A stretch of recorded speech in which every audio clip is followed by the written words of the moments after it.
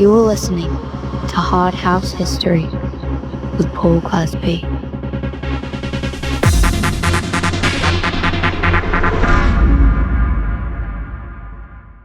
Paul Maddox, welcome back to Hard House History. Hello, how you doing? Regular guest now. Regular, yeah. In fact, you are our most prolific guest. Yeah, third time on the show. Nice. Yeah, excellent. Special episode. Hopefully, it's going to go well. Fingers crossed. Yeah. So it's the first of what we're calling the inspirations. So some people have been asking to go sort of behind the curtain a little bit. We don't want to make it too technical because we don't want to be, going over people's heads that are not into the nuances of making a track, but we just thought delving into some tracks that you've done and how those tracks came about, just to give people a bit of an insight into the creative process. That's the idea of this this episode. So yeah, thanks for being back. It's always good to see your face. Yeah, no, thanks. And the first track that we're going to talk about is your track Miracle. Yes. So take it away. So yeah, this is a relatively recent one. So for picking this sort of place, I've got a bit of a mixture. There's a couple of newer ones, a couple of older ones in there. And Miracle came out on Tidy last year. And it was a bit of a change of direction for me, really, because there was there'd been a bit of a sort of resurgence of sort of newer trance and hard house stuff that kind of sounded very sort of 90s influenced, like a little bit groovier, a little bit slower. Sort of moving away from everything being like really over polished production wise. And I'd been having a little mess around just with a few ideas doing that kind of stuff, just by myself. And, nothing that I actually wanted to release, but just been sort of, messing around with a few ideas really. And yeah, I was listening to the radio and heard this tune called Miracle by Katie J. Pearson, who's she's a singer-songwriter from Bristol, really, really talented, amazing voice. But she kind of sounds a bit like, somebody said she sounds a bit like a cross between Kate Bush and Dolly Parton, which is a good a good description of her. So yeah, I'll play a little bit of the tune that I heard on the radio, just so you can get an impression of what I'm on about.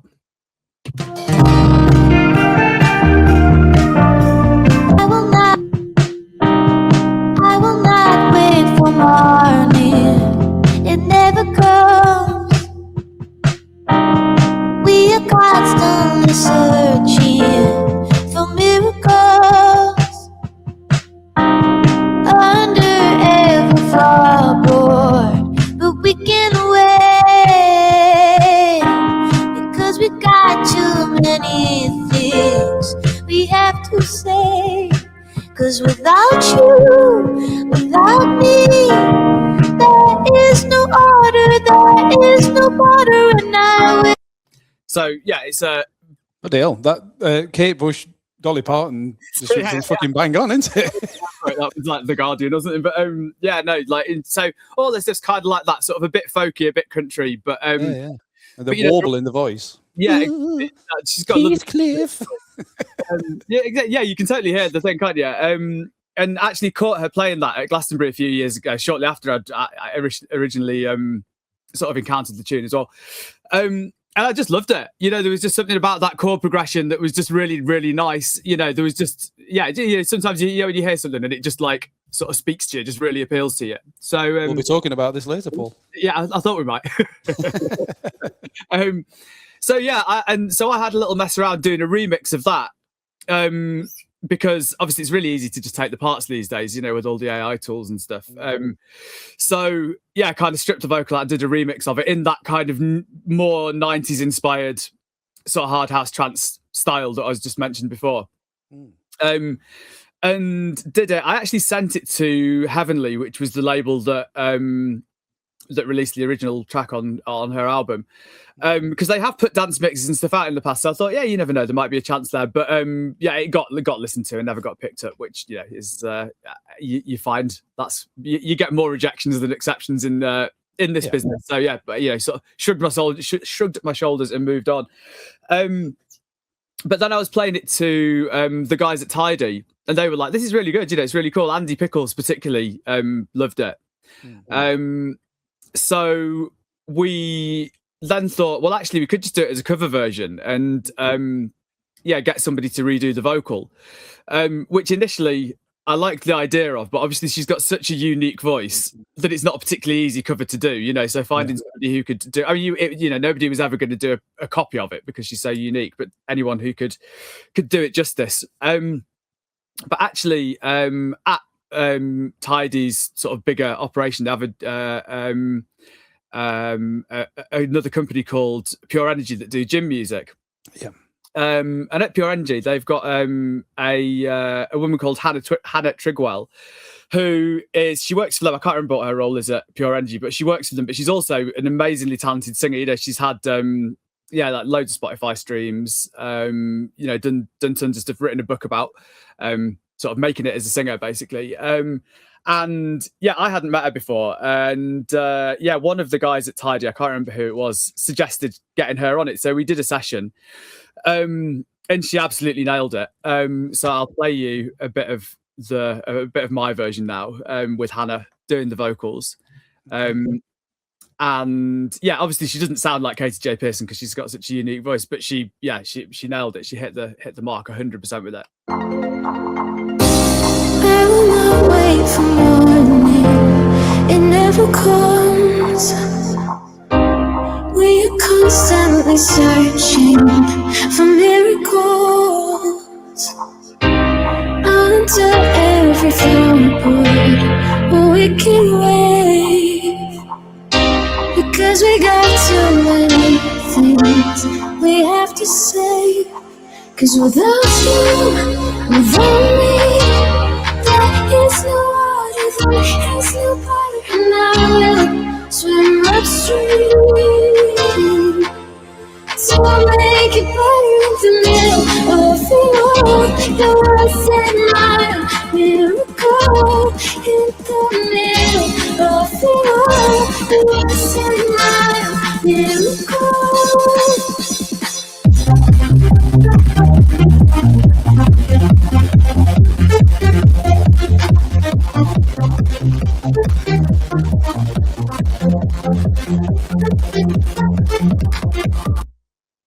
So yeah, you can hear the idea. So it's kind of like, I always enjoy those kind of jobs where it's kind of adapting something into a different style that doesn't necessarily logically fit. Do you know what I mean? Like, so taking a sort of country sort of folky sort of tune and turning it into a trance track is right up my street. You know, sort of like working out what elements of that can be sort of translated into into a different style. So kept the music pretty close to the original, really. You know, all the chords and everything are the same, just done in a big sort of dance piano rather than the little electric piano and acoustic guitar that's on the original. And then sort of did a big trance riff that sort of follows the vocal melody. So yeah, it wasn't much writing involved in it from my point of view. It was more, it was like doing a remix, really. Yeah. But then, we sort of, obviously Hannah sort of nailed that cover vocal and actually took it in a bit more of a trancey direction. You know, her voice is probably a little bit less cutting than Katie J. Pearson's. And so it gave it a little bit more of an ethereal kind of feel, which I think sort of suits the trance sort of vibe quite nicely. Yeah, I mean, just listening to that vocal there, that could have easily been on, you know, one of those Gatecrasher CDs back in, you know, the after parties that we were at in 98, 99. Yeah, I think it's back then there was quite a few of those things where they were taking unusual vocals and doing things with them, actually. You know, like there was the lounge things with, you know, with the sort of Celtic, Gaelic sort of vocals in them. And I'm trying to think, there was a few others. Do you remember that Friends of Matthew with the See Me, Feel Me? Like there's quite a few trance things around that era, you know, where they took a vocal that obviously wasn't a dance music thing and, you know, and did a trance thing with it. So it's definitely a bit of a, you know, a bit of an homage to that, that era as well. And that came out on Tidy last year. Yeah, I think was it last year? About a year ago. Yeah. Okay. So yeah, that was, that, I mean, that's kind of the story behind that one, really. It took me quite a lot of versions to get it right. I fiddled with it quite a lot, but it was, just an interesting one. I think that's kind of the point I'm at with with the my own music now, because I spend a lot more time working on music with and for other people. I generally don't just sit down and go, right, I want to write some Paul Maddox stuff now. You know, I need to have had an idea that excites me first before I sit down and do it. You know, rather than just sort of sitting down and going, right, I'm going to make a banger today kind of thing. So yeah, there needs to be a bit of at least what I think is an interesting idea in my head first before I start doing it. I mean, sometimes I think I've got a good idea for something. It doesn't turn out that way, but there. I need to at least think I've got a good idea before I sit down and do something. But yeah. Well, I did a session with Frank last night, and I had this in my head. I'm like, this is going to be fucking gold. And then it just sounded shit when we tried doing it. That's the thing, you know, like if you just play it too safe all the time, you never do the interesting stuff. Yeah. You know, and if you do take a few risks with, you know, what seem like weird ideas, like, yeah, that's exactly what happens. Like, you know, maybe you'll get one bar of gold and 2 piles of shit, but at least you get the bar of gold out of it. You know? Well, that's it, yeah. And so we went from the idea that I'd originally got, that didn't work out, but the things that we built around that, we then from there, as he's playing it, it was like kind of half an idea, and then I'm like, no, it needs this, and I sort of hummed it out to him, and bump, and then all of a sudden we got something completely different direction. But yeah, but it got you to somewhere that you never would have done if you'd have just sat down and gone, let's make a hard house banger. That's the thing, isn't it? You exactly, know, that's it. Yeah, you've got to follow the threads, see where they take you. Definitely. That's why I'm kind of at 48 now, and I'm the other side of the world, and I am kind of kicking myself that all that time I spent in the studio, especially with you, that I never paid attention. You know, like just being able to, even if you couldn't make a track. Complaining. You're sorry? Oh yeah, exactly. Yeah. If you could do it yourself, I'd have been out of job. But just being able to tinker around and come up with at least an idea would be cool. But definitely, like that is definitely a useful thing, you know. And quite a few of the people that I work with, you know, do that. They still need, you know, another head on it to get stuff finished off. Yeah. But actually just having that freedom to just mess around with ideas, and so you can kind of filter out which ones are going to work and which ones are not going to work in advance. It definitely means you can be more, you know, more productive in the studio. Sorry, phone's not on. Apologies. Yeah, it definitely, if you can do that bit of prep work before going in a session with somebody else, it means you can be more productive and get more done. Yeah. Excellent. Okay, and then next up we've got Build It Up.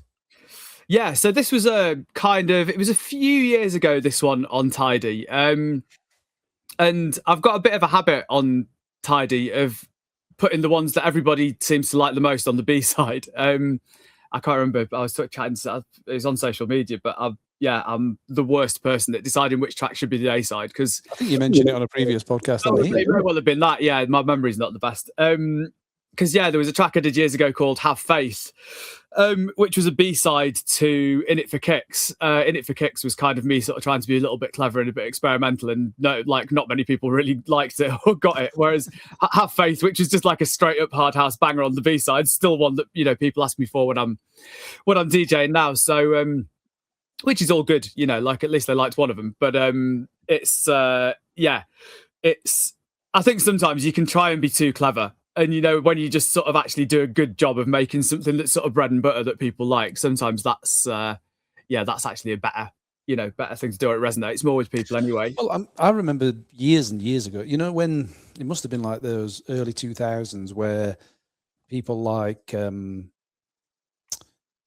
BK, for example, you know, was like doing a lot of stuff that wasn't, you know, because obviously he'd put out all the hard beats and he'd done a lot of hard house stuff, and then he started doing stuff that was a bit different, and you know, there was all these like subgenres under hard house that people were talking about, and I remember thinking at the time, these people are into this because they like this, you know, trying to force something else down the throat, he's probably not going to. And you're dead right, but it's another thing, is, you know, it's a hard thing as an artist though, if you've done the same thing a lot. I mean, particularly someone like Ben, who was so prolific with hard beat style stuff, you know, like I'm sure if he was on like hard beat 55 now and they all just still sounded like badass, he'd have gone completely insane by now. Of course, and to add to that, like I'm not saying anything about BK experimenting. It was just I remember thinking at the time, totally, the crowd, you know, those kids, or you know, we were all kids back then, are there because they like a particular sound. So then, you know, trying to sort of lead them down another track. Some people, but the majority, and they're there for for what they like. But having said that, when we were doing, and I need to go through actually and work out all the dates, because obviously we did so much stuff. Like this album that I'm putting together, there's 60 tracks on there, and in fact I should count up how many that we did, but there's got to be at least 45 or 50 of those tracks that would be us.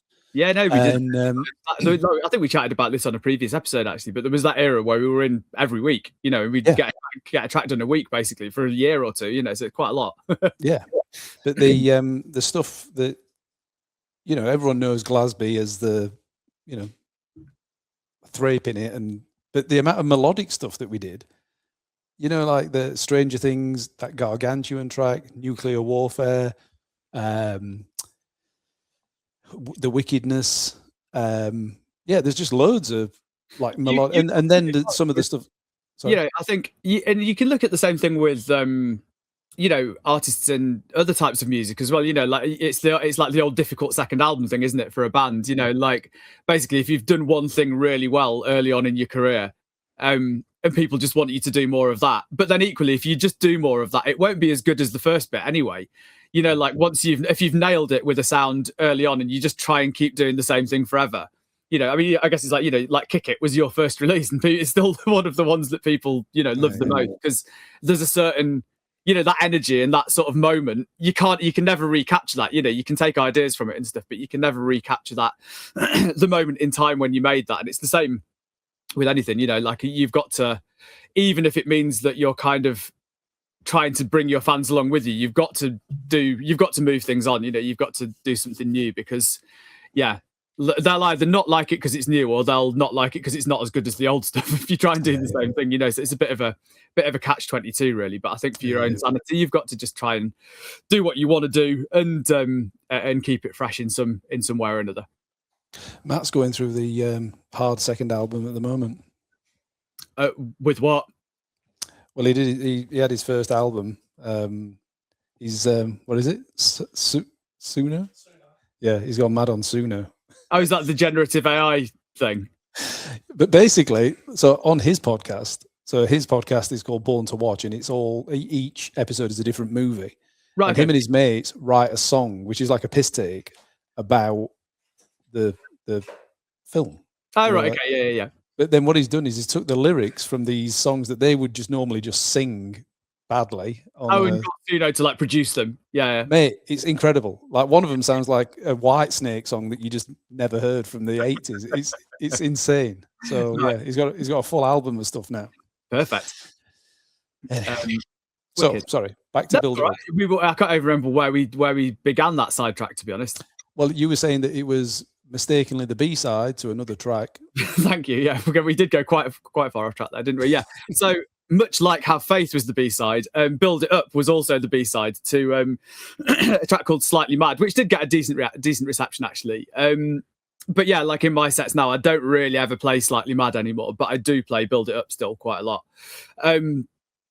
So yeah, it was kind of, I just wanted to make a good, solid, sort of, again, slightly retro looking, but it was kind of looking to the sort of things that got me into hard house in the first place. So there's a bit of OD404 in there in the groove. You know, it's got that sort of chugging, bumping kind of bottom end and percussion section. And then the sort of builds and stuff in it are very influenced by all the Trauma and F1, you know, Paul King stuff with the really big drawn out build-ups and, you know, sort of really, really hyping and building the tension. So yeah, it was just my take on those kind of concepts really, but with a bit of an interesting sample in it. So it was, I don't know if you remember Ashford and Simpson, Solid. If I heard it, I'll play you the bit. You will definitely know it. Hang on, so I'll play you the bit. It's from the intro. 1 second. This one. And for love's sake, each mistake, you forgave. And soon both of us learned to trust, not run away. There was no time to play. We build it up and build it up and build it up, and now it's solid. So, Yeah, that's where the sample's from. To be honest, the idea wasn't entirely my own. There was a Plump DJs track that used the same sample in quite a similar way, actually. But it was an album track, and I always liked it. I never heard them play it out because I used to go and see them play at Urban Griller in Sheffield quite a bit. Yeah, never heard them play that one out. But I always just thought it was just a clever sample. Done in a really, really good way. So yeah, just took that line that says "build it up," and just looped it for too long. Really, just sort of so it keeps on. I'll skip through rather than playing the full like 5 minutes of it or whatever. And build it up, and build it up, and build it up, and build it up, and build it up, and build it up.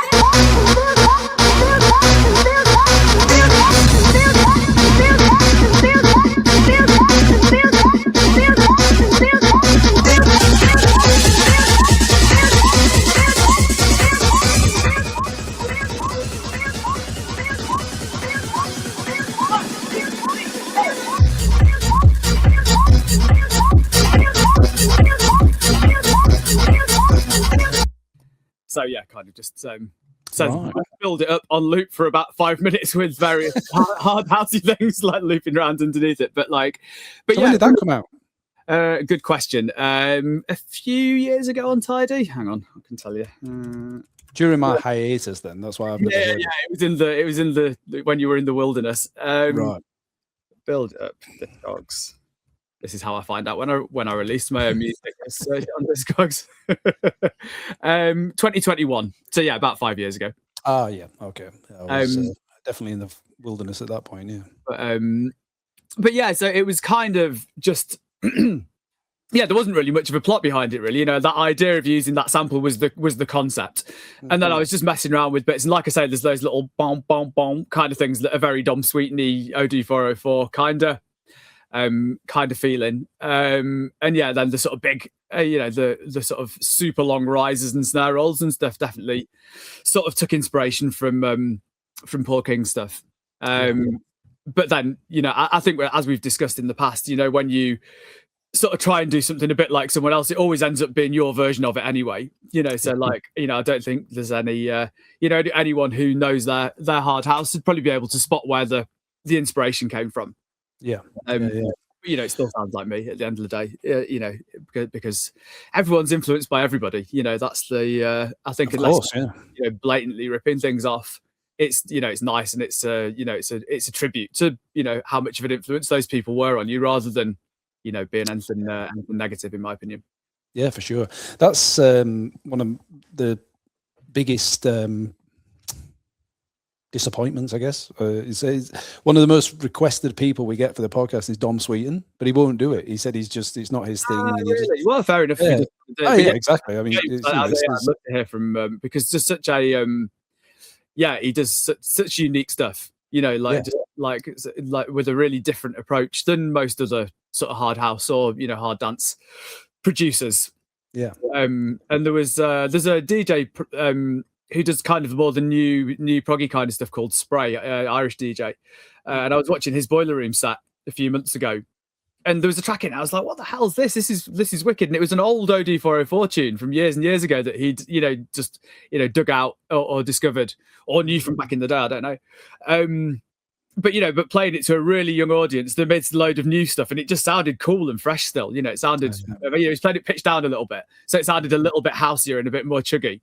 But just sounded fully, as good and as well produced as the stuff that was being made, 25 years later. So it's a real, it worked. It worked an absolute treat. And it was such a good producer. I'd say Cacti back in the day, which was sort of Oz and Dom's label, was probably one of the ones up there with, Nuclear's Blue and Purple and Vicious Circle that you would just buy them without listening to them. They were just always good. Yeah. It's I was talking to Mark Kavanagh last week, and we were saying that we were agreeing that AAA is probably the best hard house label that's ever been, just in terms of like body of work and sort of where they came from, like the time that they came from. Obviously Tidy have had some amazing releases, Nucleus did, but just that It was you that gave it me, wasn't it? The USB with all the Tripoli stuff on. Mate, they'd give it to me if I asked them. Yeah, it took me about 2 weeks to get through it. I had it on in the car, and I was like, "Fuck, I forgot about this one." The next one, I go, "Fuck, I forgot about this one." There's so much good incredible. stuff. I've got not all of it, but a lot of the early stuff on vinyl. I bought somebody who was selling some of their collection. I bought all the Tripoli off them, and there's so many good bits. You just dig through it, and there's B2 tracks that are the fourth track on an EP or something that are amazing. Like so much good stuff. Yeah, and a lot of the stuff that was I can't even think of an example, but there's certainly stuff that at the time I would have overlooked it because I was going down. I was kind of discovering my own sound at that point, and I was leaning more towards I'd play a mix of, obviously when Recoil and 'Cause I'm Rocking came out. That's obviously closer to my sound than a lot of other stuff that was on Triplet at the time. But yeah, a lot of those things, those B-sides that were stuff I would have just gone, oh, not that, and turned it to the other side. But then listening to it now is like an older person that's probably a bit more varied in my taste. I'm like, God, that's a fucking banger, The thing is, this is one thing that I actually think is one of the sad things about vinyl not being the kind of the main format anymore, because there's loads of B-sides that if you were just buying it on Beatport, you would just buy the one that you liked and not bother buying the other tracks. But there's so many great tunes that I've discovered through having bought them as on the other side of the track that I wanted, if you know what I mean. Like OD404 Defunct, I can't remember that was the B-side to something. There was a harder tune on the A-side, and Defunct was the sort of groovier sort of tune on the flip. And I've played that more than, well, I can't even remember what the A-side was. So yeah, that's the so maybe it wasn't just me. Yeah, but going back to what you were saying about Cacti, yeah, I mean that label just wasn't around for that long, was it? It wasn't like sort of Tidy or Nucleus or Tripoli, in that it had a long story to it. But when it was about, it was like all killer. Yeah. I can still remember playing. In fact, Superfast Oz was the first person to ever give me a promo. Oh, really? Nice. Yeah. So I was because I was just going to say, I remember him playing their mix of Meltdown. Where it's like the one with the Hoover in it. Yeah. The one that Karim sampled for Begonia. Yes, I was just going to say, because apparently if I remember it right, so they sent it to him. He nicked the Hoover, then Begonia came out before them. Well, no, I think you told me this because Begonia was released on Cacti, wasn't it? It was one of the only Cacti releases that wasn't an OD404 or Bass Graffiti release. So I think I don't know this for a fact, but I'm assuming he must have obviously sampled it cheekily, been planning on releasing it, and they must have come to an arrangement like you can release it, but you've got to release it on our label, kind of thing. Right. Okay, because I'm sure every other Cacti release is either Oz and Dom or them collaborating with somebody else. Like, I don't think there's any. I think Begonia is probably the only release on there that's another artist that isn't sort of OD404 related. So what label did Drop the Dime come out on? Wasn't that Cacti? That was on Cacti. Yeah, you're right. Okay, one or two. Yeah, because I'm glad I got that right. You're right. Because that was because that was that Paul King engineered. It sounds very like Trauma-y, doesn't it? Drop the Dime. It does, yeah. But I don't know who. I don't know who engineered it. But so another example of someone who politely declined is Justin Bourne. I was gutted. I thought he'd be an amazing guest, but yeah. So what was I just going to say? You were saying about the you first promo that you got was from so yeah, Oz gave me remember Hypnotica? Yeah. So, and I was like, so I'd been playing it in Somnex for just a few weeks, and then he was on before me, and I'll never forget he got like biker leathers on and a cowboy hat. Obviously, he took the cowboy hat off to put his headphones on, and these dreadlocks that were like to the back of his knees. So look at it. And then a vet. So he like unzipped his biker leathers and let him drop down and just got them tied around his waist. and then he had like a t-shirt or a vest on and this cowboy hat, and I'm like, what the fuck is this? But he was packing his records up and he's like, oh, I want you to have that.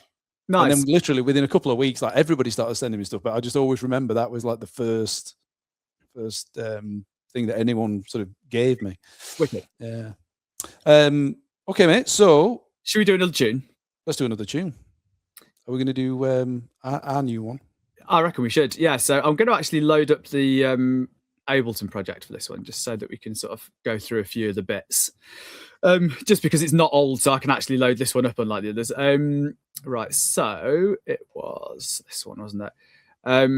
Well, do you want to start off with a little bit of how the original concept for this one came about? Because this was as we were saying before about starting with an idea. The idea was your initial one on this one, wasn't it?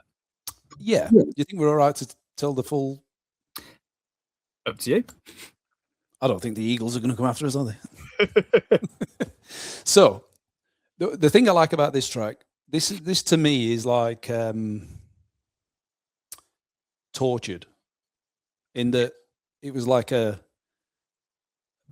obviously we've worked together so much, and you know, when it's just a Glazby track, there'll be elements that, you know, like, oh, do you like this? And I'm like, oh yeah, that's good, and then, you know, like it sort of goes from there. But tortured and this track,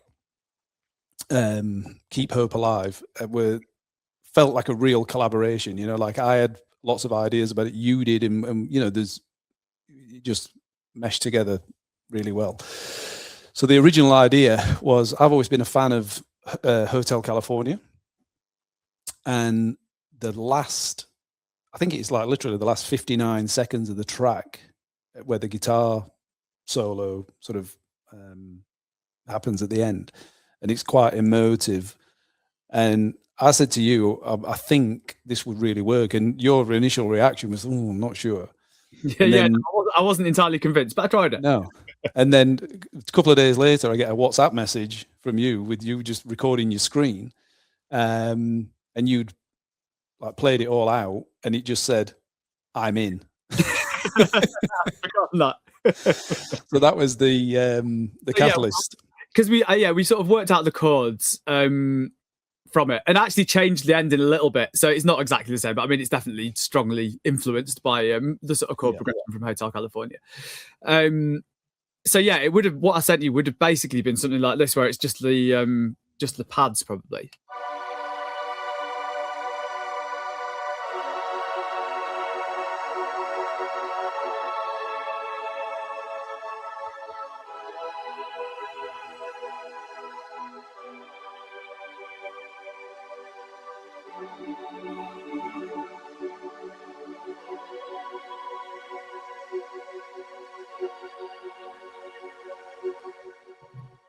It would have been roughly that bit, probably in a different sound. But yeah, and it was just worked because it's a really weird chord progression. There's lots of like chords from different scales and stuff in it. It's really I would never have played that from scratch if I was writing a chord progression. It's actually really similar in the way it works to the progression in John the Dentist's Global Phases, which is one that both you and I love from back in the day. Like actually that when I was a whippersnapper going to see you DJ in the early days, like that the Hard House Phases mix of Global Phases was one of the things that you always used to play that I absolutely like, you know, buzzed off.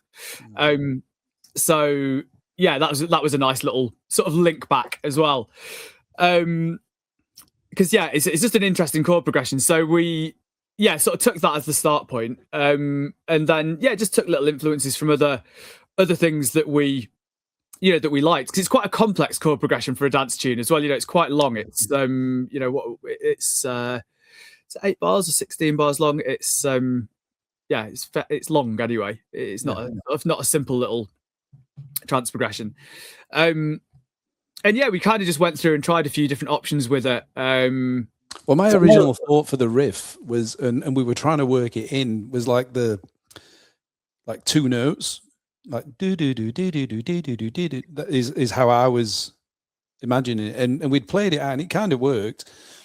But let me just go back a little bit, because what I thought was, if we could, the goal, I guess, of the track was to try and create something that I could put in my set, you could put in your set, which, you know, most tracks would be. But then someone like Brian Carney or you know, someone that's a bit more on the trance side of things might be able to play as well. So that was the goal. Now, sometimes, as you know, and I think you maybe even said earlier, when you're trying to force something, then it might not work. But I think what we ended up with is something. I mean, I sent it to Alf Bamford, and he loved it. He really liked it. So I think we kind of hit the nail on the head. But yeah, it was. We were sitting in the studio, and then you said, "Let's just try making it the one note." Just an offbeat. Well, so rather than it being one note, right? So I think your idea was to play the sort of 3 or 4 notes of the chord as like a little arpeggio. So do do do do do do, like sort of like 3 notes standing like that. Whereas it just felt a bit too busy because we'd already made this quite sort of busy drum track, hadn't we? That was kind of a little bit inspired by some of the old German stuff. So like rather than just being an offbeat bass, we've also got these kind of like low toms in there in the groove as well. These things.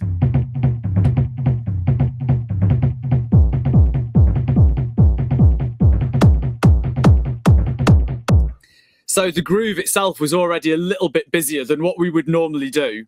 You know, it wasn't just a big offbeat or whatever. So I think then when we started having a really busy pattern rhythmically with the lead as well, it all just sounded a little bit. When we had that version, it just was a bit messy for me. You know, it just needed cleaning up a little bit.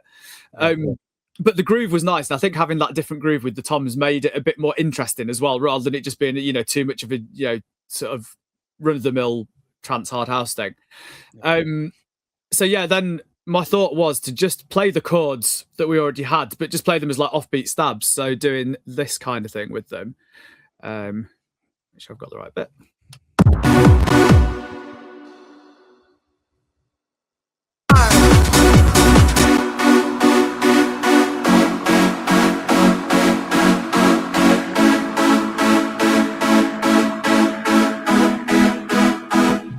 So yeah, just playing the full chord, but as a little offbeat stab, which again sort of reflected back on there's again quite a few tracks that we liked from, you know, the sort of, you know, the original hard house heyday that did that, you know, like Malice in Wonderland does that kind of thing, Zenith X Viola, where that's from, and like Deep Swarm a little bit as well, you know, that's just those big offbeat stab synths, you know, so it's not a new idea by any stretch, but doing it with those, it just felt like a better confluence of ideas that just fitted a bit better.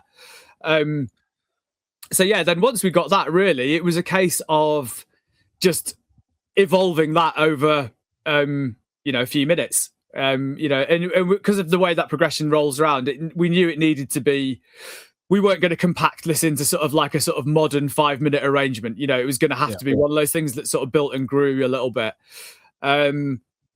Which we did. And yeah, then when I was kind of doing, I sort of went away and worked on the arrangement a little bit after we'd got the original demo down, and sort of got to the point where everything had sort of, you know, reached a bit of a crescendo with the you know, the sort of strings and everything, basically everything, everything turned up to 10. And then it was kind of time to go to the outro, and I was sort of, it just felt like a bit of a, I don't know, the transition to the outro just felt a little bit of a letdown. So I then had the idea at the end of that to just have a breakdown quite late in the track where it just does something different. So we got to this bit.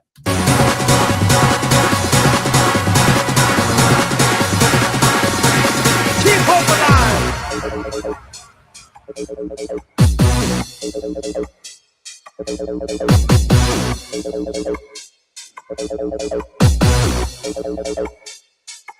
Keep hope alive.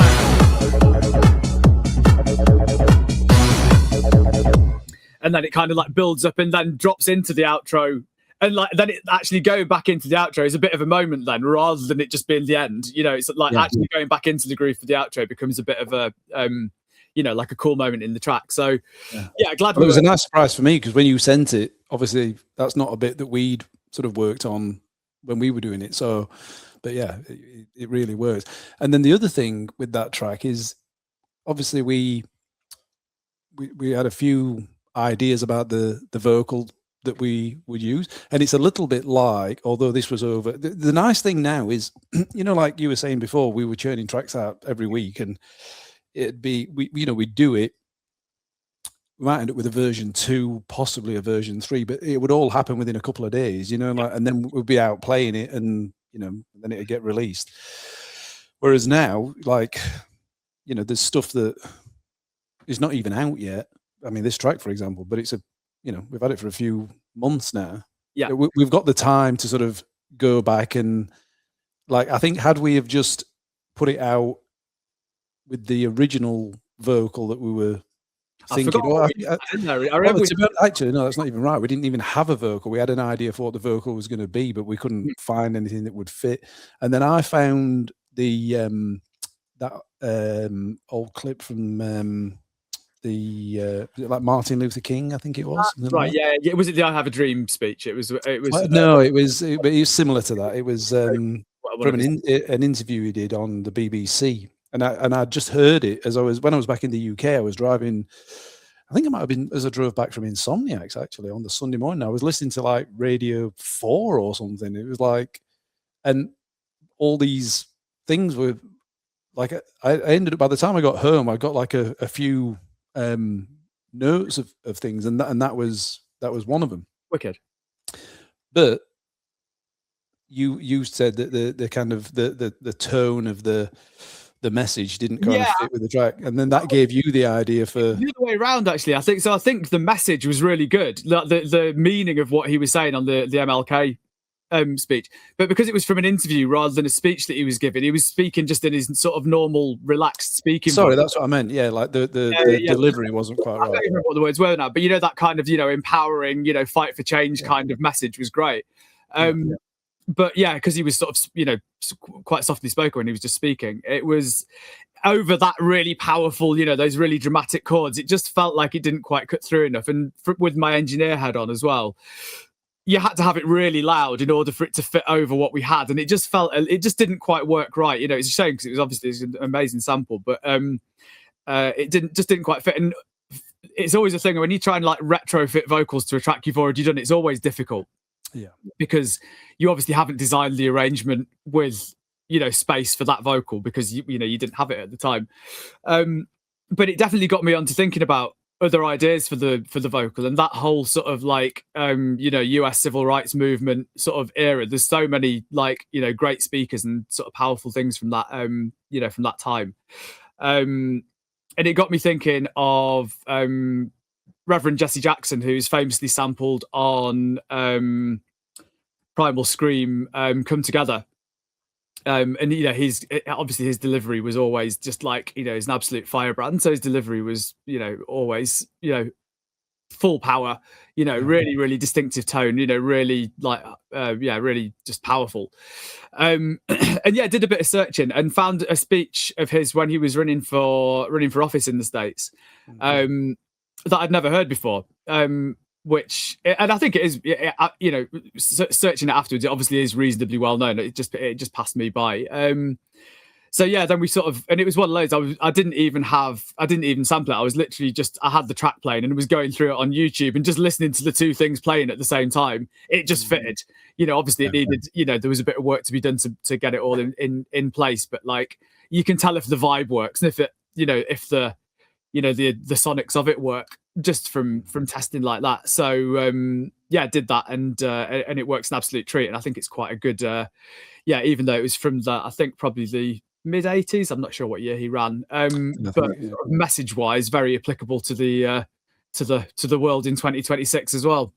Yeah, definitely. Yeah, I mean, I knew of him because Eddie Murphy references him in one of his stand-up comedy things, which would have been the early 80s, like 84, 85. Yeah, same time, yeah.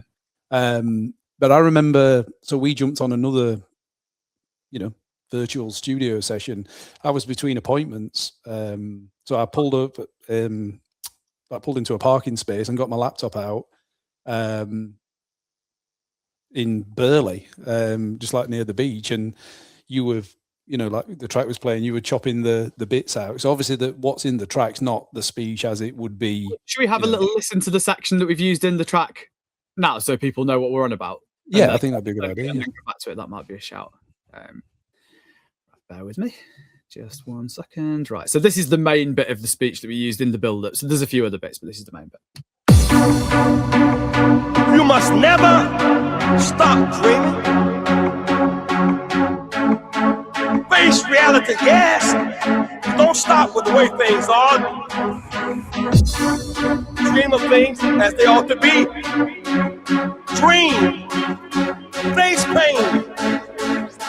Hold on and hold out. Use hope and imagination as weapons of survival and progress. But you keep on dreaming. Dream of peace. Hold your head high. Stick your chest out. It gets dark sometimes, but the morning comes. Don't you surrender. Keep hope alive.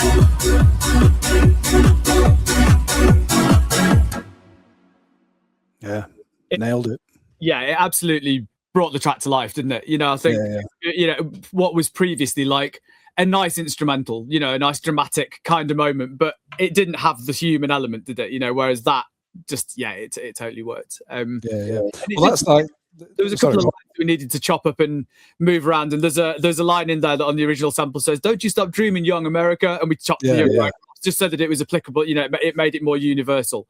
But other than that, we didn't really have to change a lot. So no, but that was like another story that we've got with Hostile, where we kind of got to that point, and obviously that happened like in the moment, but where you said, you know, we need something for the breakdown, and then I went and got the CD and we put that whole speech that, you know, otherwise Hostile would have just been fucking Hostile at the beginning and at the end of the break, and that would have been it. Yeah. But and then it's the contrast, you know, on Hostile. It's like if it just went straight to those Hoovers, it wouldn't have anywhere near as much impact as having, you know, what's the guy from Pantera's name? Phil Anselmo. Yeah, like without him doing that, you know, that's the hype moment, isn't it? So that then when the Hoovers drop, it's it works so much better. But also the context, how that worked in Hostile, the context of what he's saying was so relevant. Yeah, you know, like, because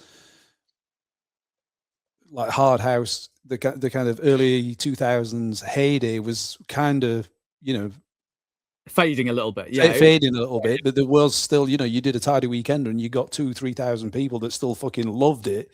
So then when you you know, you play it to a crowd like that, the message that he was saying, he was relating to, you know, heavy metal. It's lucky he said heavy music rather than heavy metal. Well, it's perfect. Yeah, exactly. Yeah. There as well if he'd have said metal or, you know, heavy rock or whatever. But the fact that he said heavy music made it perfectly applicable. So yeah.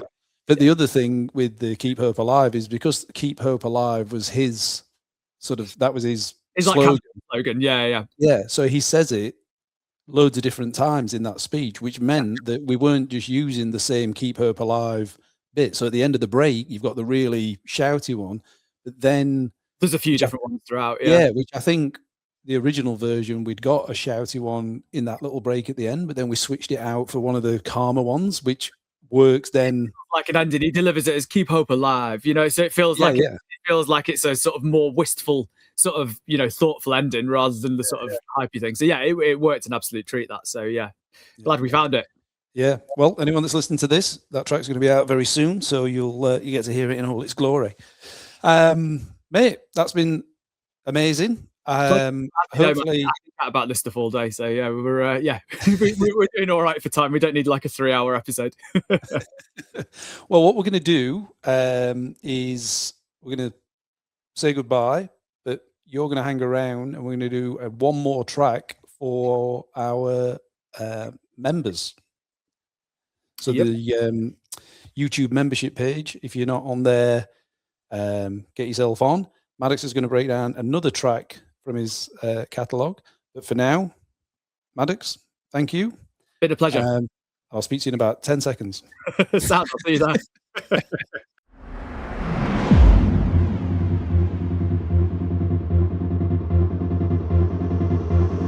You are listening to Hard House History with Paul Glazby.